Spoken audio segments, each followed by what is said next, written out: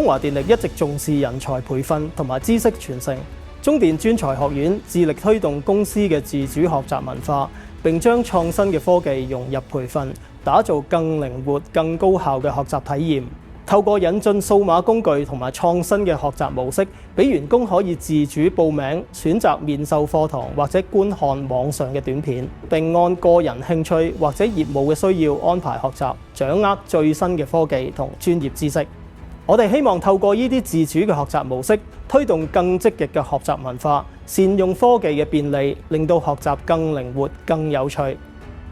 CLP Learning Island 係由中電專才學院設計嘅數碼學習平台，將原本分散喺唔同內聯網嘅資源集中，並加入遊戲化嘅元素，例如 Minecraft、哈塞亨互動遊戲等，令培訓更生動、具趣味性，提升同事嘅參與度。平台共有10個 Learning Island， 涵蓋咗工程、安全、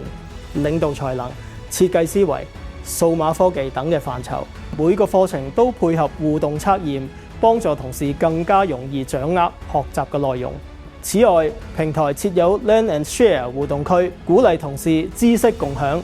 CLP Learning Island 呢個平台唔單止整合咗資源，仲結合咗遊戲同互動設計，令學習體驗更加貼近員工嘅需要。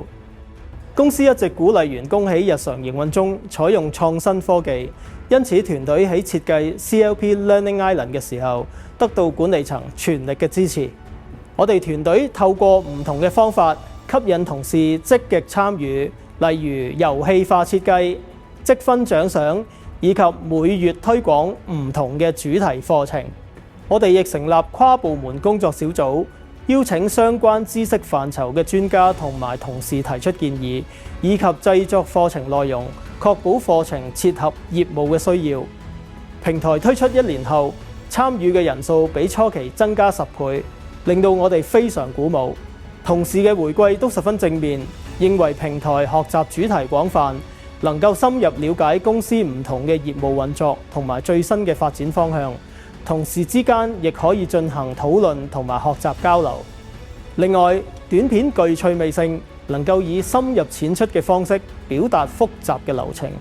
例如哈塞亨 Game 大大增強學習嘅動力。CLP Learning Island 為同事提供咗一個互動嘅平台，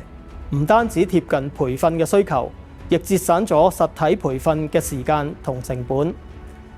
2026年度最佳管理培訓及發展獎現正接受報名，一齊展示你嘅培訓及發展計劃，快啲報名啦！